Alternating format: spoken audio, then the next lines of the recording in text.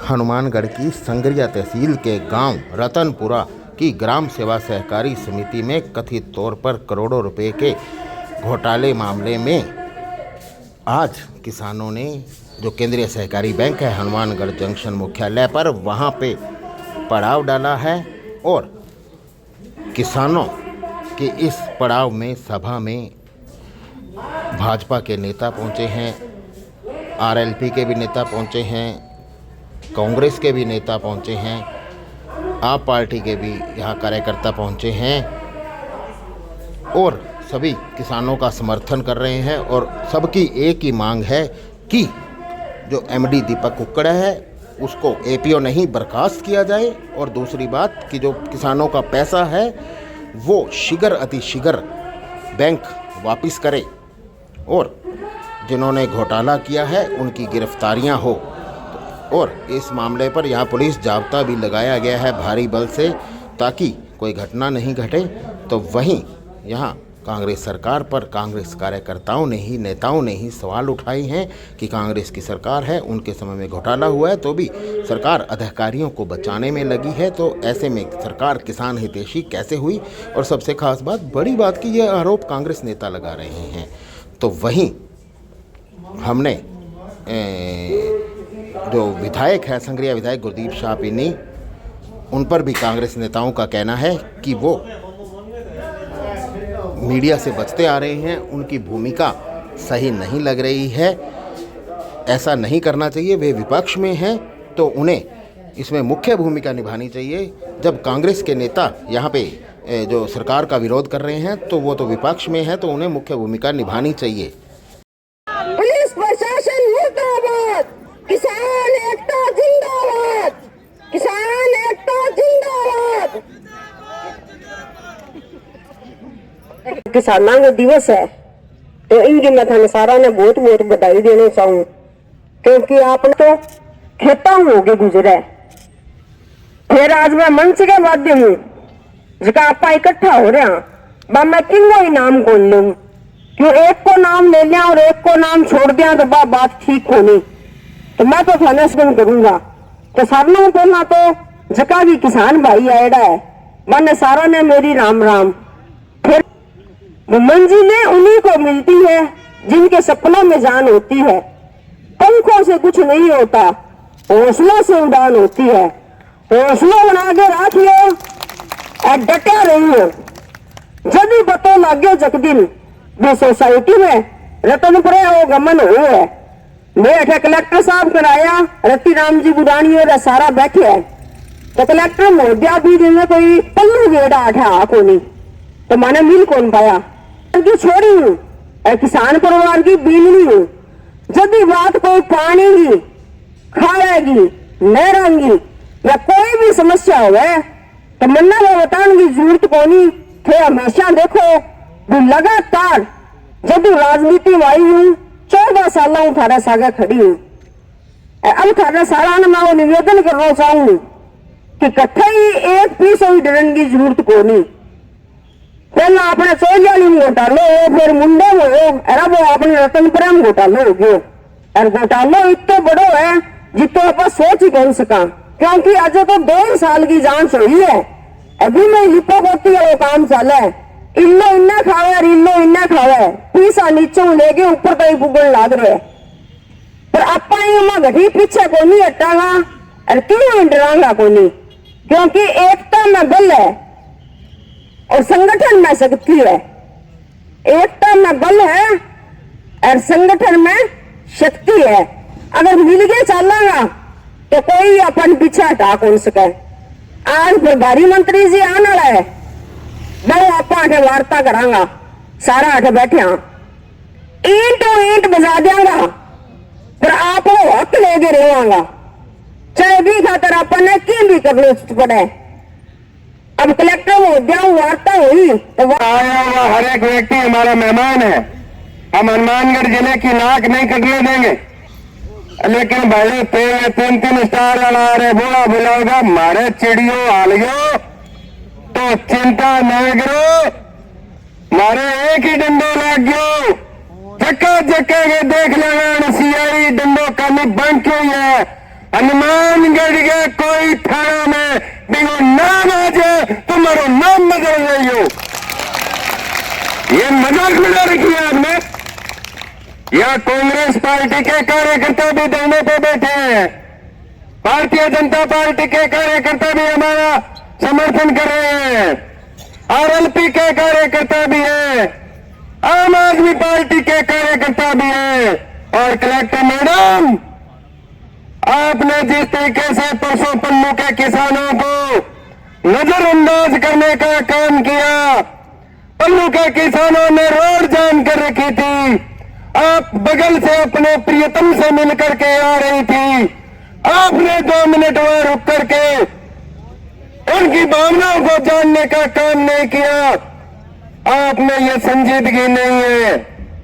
और यदि ये चिंगारी भड़क गई तो हनुमानगढ़ के कानून व्यवस्था का जो बिगड़ेगी उसका जिम्मा हनुमानगढ़ के कलेक्टर और एसपी को रहेगा। इसलिए आप संजीदगी दिखाइए, वार्ता करिए और हमारी मांगों पर तुरंत सहमति दीजिए। जांच अधिकारी को यथावत रखवाएंगे, तुरंत प्रिंसिपल सेक्रेटरी से बात करिए और तुरंत ऑर्डर मंगवाइए। जो नया जांच अधिकारी लगाया है उससे हम जांच करवाने में सहयोग नहीं करेंगे और उसको घुसने नहीं देंगे। मंजूर नहीं है। एसडीएम साहब को वार्ता के लिए भेजा था, लेकिन साथी अभिमन्यु पूनिया, रामविलास टोयल व रतनपुरा से इस संघर्ष की अगुवाई कर रहे साथियों ने उनसे वार्ता करने से इनकार कर दिया और डिमांड की कि हम सीधे कलेक्टर महोदय से बात करेंगे। जब कलेक्टर महोदय से इस घोटाले के बारे में सब साथियों के साथ मिले तो कलेक्टर महोदय ने बड़ी संजीदगी दिखाई। उस दिन ऐसा लग रहा था कि शायद जिले की नई कलेक्टर है, किसान की बेटी है, वो किसानों के साथ न्याय की बात करेगी। लेकिन बड़े दुख के साथ कहना पड़ रहा है कि जब साथियों ने डिमांड रखी कि इस भ्रष्ट एमडी को तुरंत हटाया जाए तो कलेक्टर महोदय ने इस बात से किनारा कर लिया और प्रशासन जो है बैंक के अधिकारियों को बचाने में लगा रहा। तो इस तरह का इतनी दुस्साहस के साथ इतना बड़ा फ्रॉड करोड़ों रुपए का जो करता है वो कितना शातिर होगा, इस बात का अंदाजा तो हम लगा सकते हैं। अब उसको आज तक सरकार पकड़ नहीं पाई है। वायदा किया कि हम बैठ के उसको हल निकाल लेंगे। इस तरह के हल बैठ के नहीं निकल सकते साहब। सरकार की नाकामयाबी जगह जगह जग जाहिर हुई है और आज भी जब किसान इस तरह से ठगा जाएगा, जो संस्था बनाई थी किसानों की मदद के लिए, किसानों को बिना ब्याज पैसा देने के लिए, वो संस्था ही जब हमसे ठगी करेगी तो कैसे काम चलेगा। सहकारी समिति हनुमानगढ़ के बैंक प्रबंधक द्वारा जो पूरे जिले में भ्रष्टाचार किया गया, अभी तो करीबन 10 सोसाइटियों में ये घोटाले उजागर हुए हैं, लेकिन बैंक प्रबंधक की देखरेख में हुए सारे घोटाले। और सरकार से मांग है कि इनको एपीओ से काम नहीं चलेगा, इनको बर्खास्त करके हनुमानगढ़ जिले की जो 250 के करीब ग्राम सेवा सहकारी समिति है, सभी की इनकी सीएजी से ऑडिट कराई जाए और इस बैंक की भी सीएजी से ऑडिट कराई जाए। तो मुझे ऐसा विश्वास है कि एक बहुत बड़ा घोटाला, कोई 200 करोड़ रुपए का घोटाला उजागर होगा। इसलिए आज सरकार से हम निवेदन, आपके मार्फत में सरकार से निवेदन करता हूं कि इस सहकारिता क्षेत्र में जो किसान को एक आगे बढ़ने का एक रास्ता है सहकारिता क्षेत्र, उसको इन्होंने नष्ट करने का काम, उसको उसको सहकारिता क्षेत्र को बर्बाद करने का काम किया है। तो इस एमडी प्रबंधक ने किया है। केवल एपीओ से काम नहीं चलेगा, क्योंकि किसान की अगर पीड़ा अगर सरकार को समझनी है तो इसकी ऑडिट भी कराए और इनको निलंबित करके जांच करवाए। विधानसभा में आपके भी एमएलए हैं, क्या विधानसभा के अंदर इसमें संशोधन करने के लिए कोई मांग उठाई जाएगी? जब तक विधानसभा में इस सहकारिता क्षेत्र के नियमों में आमूल चूल परिवर्तन नहीं होगा, तब तक किसान इसी तरह सहकारिता में ठगा जाएगा। अभी आपने कहा कि पैसे की जो वापसी है किसानों को, तो वो क्या आपके हिसाब से रहना चाहिए कि पैसे वापस अगर पैसे किसान ने किसी कर्मचारी को नहीं दिए।